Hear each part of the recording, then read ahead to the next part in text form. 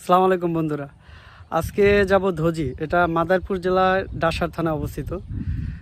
ধোজি আপনি ইসলাম শিক্ষা ও প্রচারের অন্যতম প্রাণকেন্দ্র বলতে পারেন।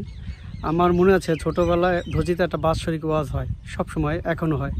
ছোটোবেলা হতো, আমরা যেতাম, বন্ধুদের নিয়ে যেতাম, সারা রাত ধোজিতে ওয়াজ শুনতাম, আড্ডা দিতাম, ভোর রাত্রে খিচুড়ি খেয়ে তারপর ফিরতাম। সেটা খুবই সুন্দর স্মৃতি ছিল।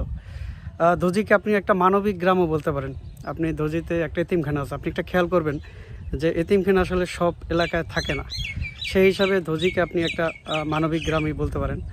আমি আজকে ধোজি যাব, আপনাদেরকে ধোজির প্রাণকেন্দ্রটা একটু দেখানোর চেষ্টা করব, সাথে থাকেন।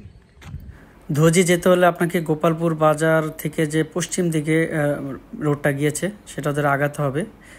এই রাস্তার মাথাতেই হচ্ছে ধোজি। আপনি ধোজি ঢোকার সাথে সাথেই আপনি এতিমখানাটা আপনার চোখে পড়বে। আমি একটু এতিমখানাটা আপনাকে দেখাই।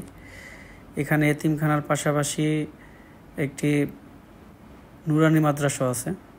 এই যে ধোজি মোহাম্মদিয়া নুরানি ক্যাডেট মাদ্রাসা, এখানে ক্লাস 1 থেকে 4 পর্যন্ত পড়ানো হয়। আর বাম পাশে হচ্ছে ধোজি মোহাম্মদিয়া হাফিজিয়া মাদ্রাসা। এখানে যারা এতিম বাচ্চারা আছেন তারা এখানে কোরআনে হাফেজ হন, সেই শিক্ষা এখানে দেওয়া হয়। আমি জেনেছি 50 জনের মতো এতিম বাচ্চা এখানে আছেন দূর দূরান্ত থেকে। এখানে 24 ঘন্টা থাকেন এবং কোরআন শিক্ষা গ্রহণ করেন। এটাই সামনে শামসুল হক হল। এখান থেকে একটু যদি সামনে আগাই, হাতের বাম পাশে বড় একটা পুকুর আছে, একটা ঘাট বাঁধানো আছে এখানে নুরানি মাদ্রাসা এতিমখানাদের জন্য ব্যবহার করা হয়।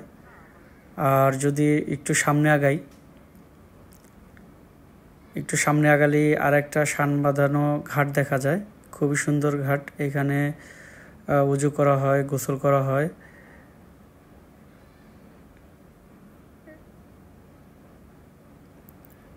সাথেই আছে ধোজি হামিদিয়া ফাজিল ডিগ্রি মাদ্রাসা, 1942 সালে স্থাপিত হয়।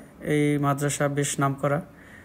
এখান থেকে প্রতি বছরেই ছাত্ররা ভালো রেজাল্ট করে দেশের বিভিন্ন পাবলিক বিশ্ববিদ্যালয়ে চান্স পায়, পড়াশোনা করছে, তারা খুবই ভালো করছে।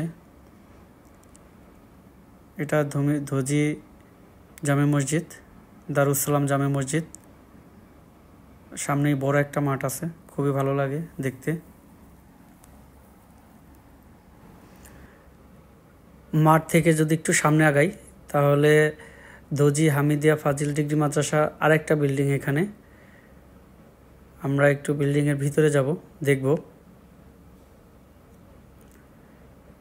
এটা আর একটা ভবন একই মাদ্রাসার। একটু যদি ভিতরে আগাই তাহলে ধোজির ঐতিহ্যবাহী ক্লাব আল হেলাল সংঘ, সেই আল হেলাল সংঘ। ছোটোবেলায় অনেক এই ক্লাবের নাম শুনেছি। ধোজিতে একটি প্রাইমারি স্কুল আছে, আমি এখন প্রাইমারি স্কুলটা যাব, আপনাদেরকে একটু দেখাবো।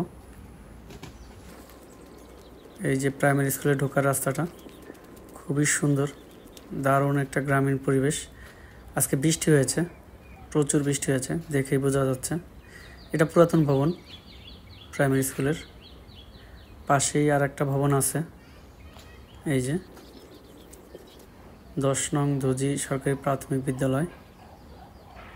আমার কাছে খুবই ভালো লেগেছে, একদম নিরিবিলি সুন্দর পরিবেশে। চারপাশটা দেখলে বুঝতে পারবেন কত সুন্দর, দারুণ।